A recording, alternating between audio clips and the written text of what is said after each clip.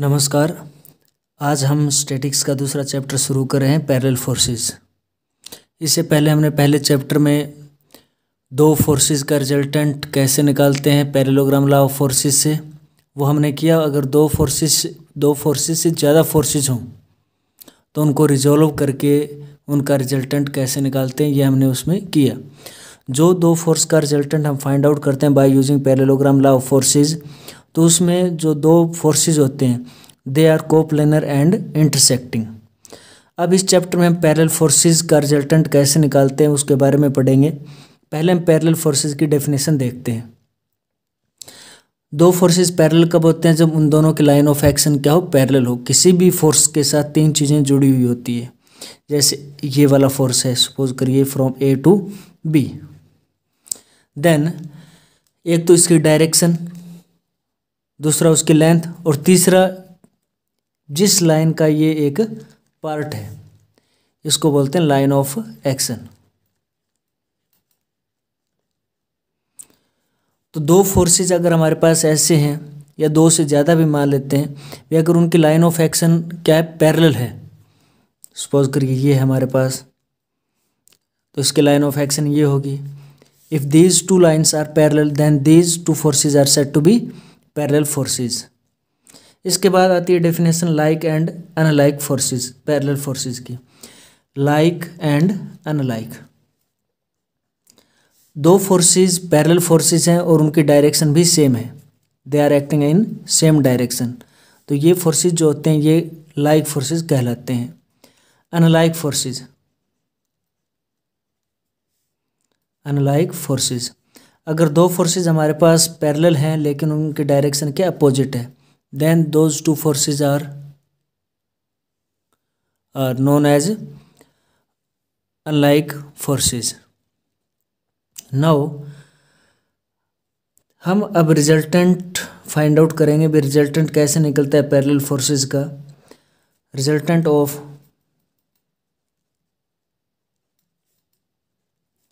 To like parallel forces.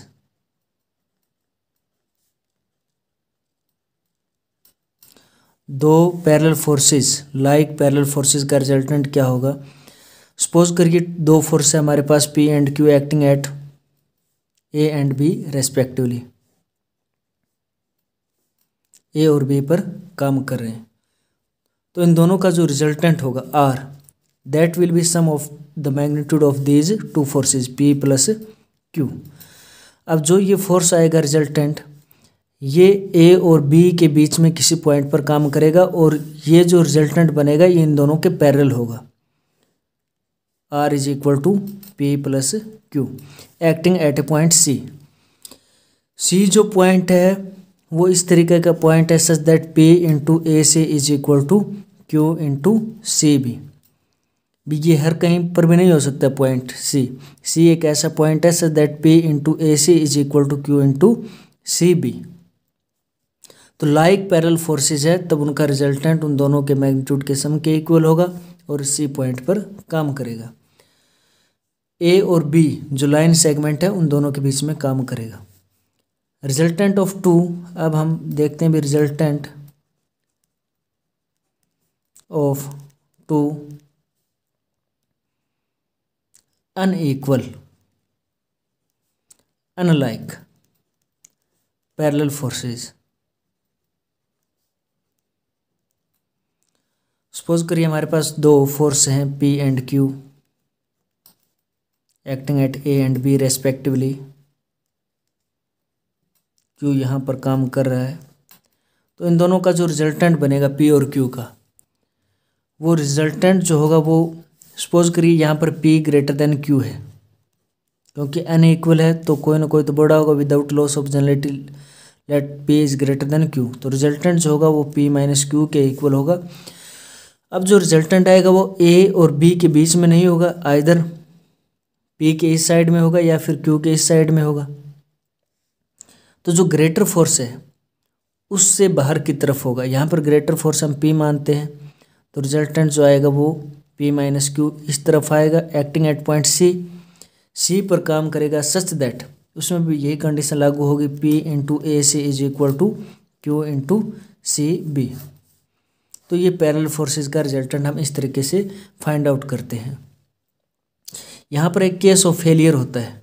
Case of failure वो कब होता है? जब P is equal to Q होता है।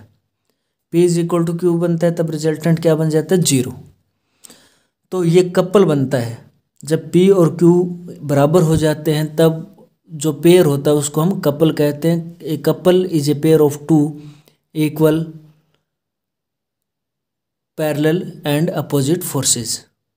तो ये कपल बनेगा। Now an important theorem, analog of Lami's theorem. If three parallel forces acting on a rigid body are in equilibrium, then each is proportional to the distance between the other two. जैसे हमने पिछले chapter में Lami's theorem की, Lami's theorem क्या थी? If three forces acting at a point are in equilibrium, अगर तीन forces एक पॉइंट पर काम कर रहे हैं, वो तीनों इक्विलिब्रियम में हैं, तब हम ये कहते हैं forces are proportional to the sine of the angle between the other two. हम ये कहते हैं P upon sine alpha is equal to Q upon sine beta is equal to R upon sine gamma. इसमें तो ये था भी forces proportional होते हैं to the sine of the angle between the other two. लेकिन यहाँ पर क्या, if three parallel forces acting on a rigid body are in equilibrium, then each is proportional to the distance between the other two. बाकी दो forces के बीच की distance के proportional होते हैं। क्योंकि तीन पैरेलल फोर्सेस है तो at least two of them are like. तो हम क्या दो केसेस में डिस्कस करेंगे। केस फर्स्ट क्या होगा? When two are like, two are like. तो सपोज करो P यहाँ पर है, क्योंकि लाइक है तो दूसरा फोर्स Q ले लेते हैं, ये acting at A and B respectively. तो तीसरा जो फोर्स होगा R, वो कहाँ पर? वो P और Q के रिजल्टेंट को न्यूट्रलाइज करेगा। P और Q का रिजल्टेंट C पर काम करता है और उसका मैग्नीट्यूड क्या होता है? P plus Q। तो तीसरा फोर्स भी C पर काम करेगा और उसका मैग्नीट्यूड भी किसके इक्वल होगा? P प्लस Q के इक्वल होगा।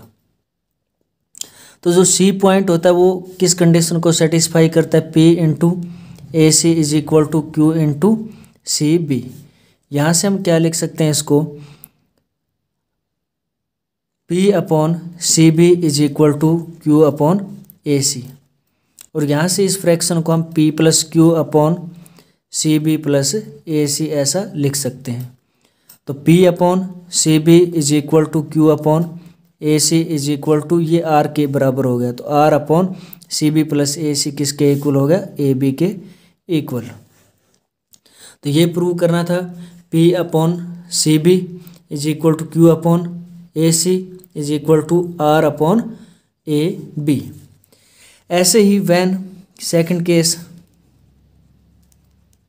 व्हेन टू आर अनलाइक, अगर दो इनमें से क्या हो? अनलाइक हो। जैसे P यहाँ पर है A पर और Q यहाँ पर है B पॉइंट पर। तो इनका जो तीसरा फोर्स जो होगा वो इन दोनों के रिजल्टेंट को न्यूट्रलाइज करेगा। इनका जो रिजल्टेंट होगा वो P माइनस Q के इक्वल होगा, C पर काम करेगा। तो तीसरा फोर्स भी यहाँ पर होगा C पर और उसका मैग्नीट्यूड होगा P माइनस Q के इक्वल। C पॉइंट इस तरीके का है कि P into A C is equal to Q into C B. यहाँ से हम P upon C B is equal to Q upon A C लिख सकते हैं। और इस फ्रैक्शन से we can write P minus Q upon C B minus A C. तो P upon C B is equal to Q upon A C is equal to P minus Q किसके equal होगा? R के equal. तो R upon C B minus A C यानी A B. तो ये analogue to Lami's theorem. इसका जब हम क्वेश्चन सॉल्व करेंगे तो इसका काफ़ी यूज रहेगा। Now we have an example. Two like parallel forces P and Q, P is greater than Q, act upon a rigid body at A and B respectively. Let P and Q be interchanged in position, then so that the point of application of the resultant will be displaced through a distance x along AB is given by this। किसी rigid body के ऊपर 2 point है ए और B, ए पर P force है और B पर Q, P is greater then Q, तो इन दोनों का जो रिजल्टेंट है वो सी पर काम करेगा, रिजल्टेंट का मैग्नीट्यूड होगा पी प्लस क्यू। तो एनालॉग टू लेमिस थ्योरम का यूज़ करेंगे, क्योंकि 3 फोर्सेज अगर हम इक्विलिब्रियम में बना लेते हैं इधर पी प्लस क्यू अप्लाई करके, तो ये और ये फोर्स क्या हो जाएगा, इक्विलिब्रियम में। इसलिए हम डायरेक्ट यहाँ पर एनालॉग टू लेमिस थ्योरम का यूज़ करेंगे। उसके according P upon C B is equal to Q upon C A is equal to P plus Q upon A B. नाउ अगर हम इनकी पोजीशन चेंज कर दें तो ये पॉइंट ऑफ एप्लीकेशन भी चेंज होगा, P यहाँ पर आ जाएगा, Q यहाँ पर, और इन दोनों का रिजल्टेंट जो है P प्लस क्यू वो C डैश पर आएगा।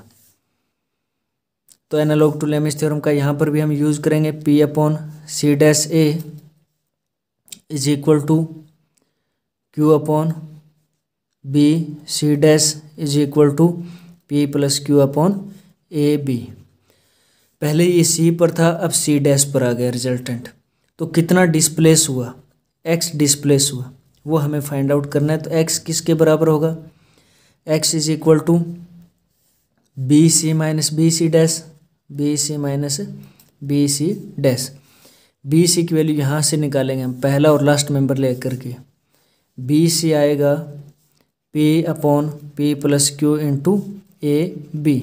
सिमिलरली बी सी डैश यहाँ से निकालेंगे, B C dash is equal to Q upon P plus Q into A B. ये दोनों यहाँ पर पुट करेंगे तो P upon P plus Q A B minus Q upon P plus Q into A B. तो ये आ जाएगा P minus Q upon P plus Q into A B. तो अगर हम उनकी पोजीशन इंटरचेंज कर दें तो जो पॉइंट ऑफ एप्लीकेशन है रिजल्टेंट का वो भी इतना चेंज हो जाएगा। Next example, a heavy uniform rod 4 metre long rest horizontally on 2 pegs which are 1 meter apart. A weight of 10 kg suspended from one end or a weight of 4 kg suspended from the other end will just tilt the rod up. Find the weight of the rod and the distance of pegs from the center of the rod. एक 4 metre लंबी road rest horizontally on 2 pegs which are 1 meter apart. 2 peg यानी कील पर टिकी हुई है, इनके बीच का जो डिस्टेंस है वो है 1 मीटर। क्योंकि रोड हैवी यूनिफॉर्म रोड है तो इसका जो सेंटर ऑफ मास होगा यानी जो इसका वेट होगा वो सेंट्रल पॉइंट पर काम करेगा। Let O be the central point. ये पॉइंट जो है वो सेंट्रल पॉइंट है, डब्ल्यू वेट इसका हम कंसिडर करते हैं, वो वर्टिकली डाउनवर्ड काम करेगा। तो ये मान लेते हैं हम ए, ये मान लेते हैं बी, ये पॉइंट हो गया सी, ये पॉइंट हो गया ओ।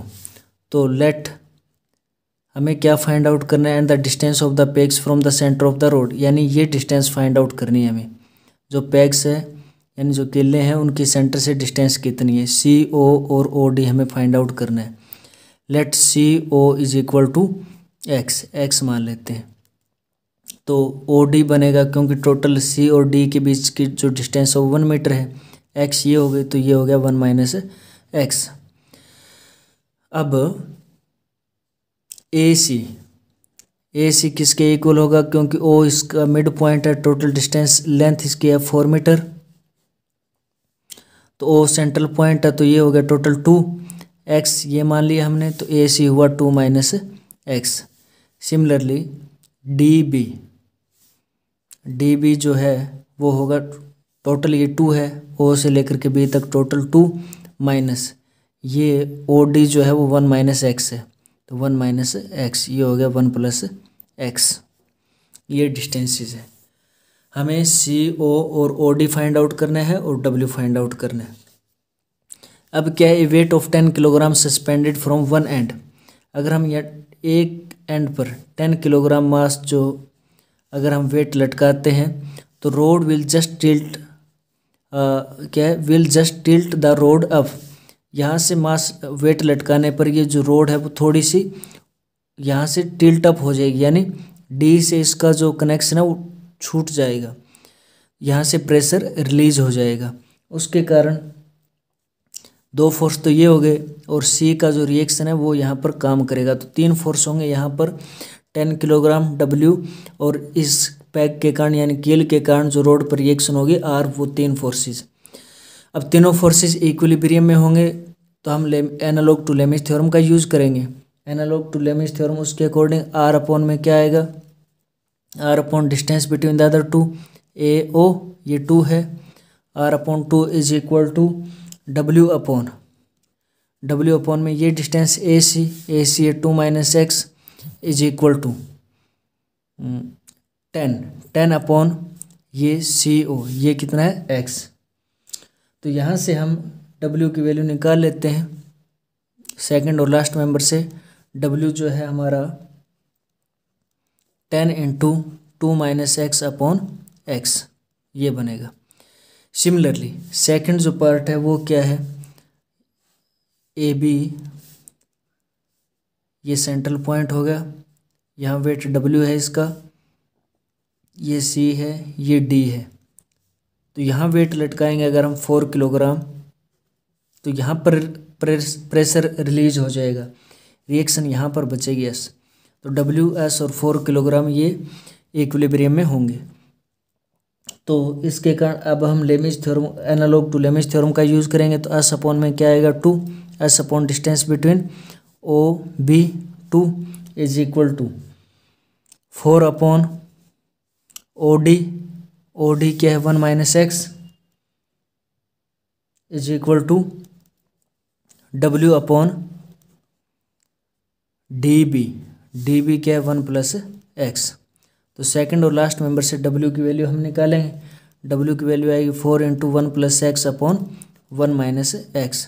तो यहाँ से अपने पास डब्ल्यू की ये वैल्यू है, यहाँ से ये वैल्यू है, तो दोनों बराबर होंगे। हम लिखेंगे 10 into 2 minus X upon X is equal to 4 into 1 plus X upon 1 minus X. तो इसको सोल्व करेंगे हम, तो सोल्व करने पर यह आएगा अपने पास 3x² minus 17x plus 10 is equal to 0। इसके फैक्टर होंगे, फैक्टर करेंगे x की वैल्यू आ जाएगी x इज इक्वल टू 5 और 2/3। x is equal to 5 this is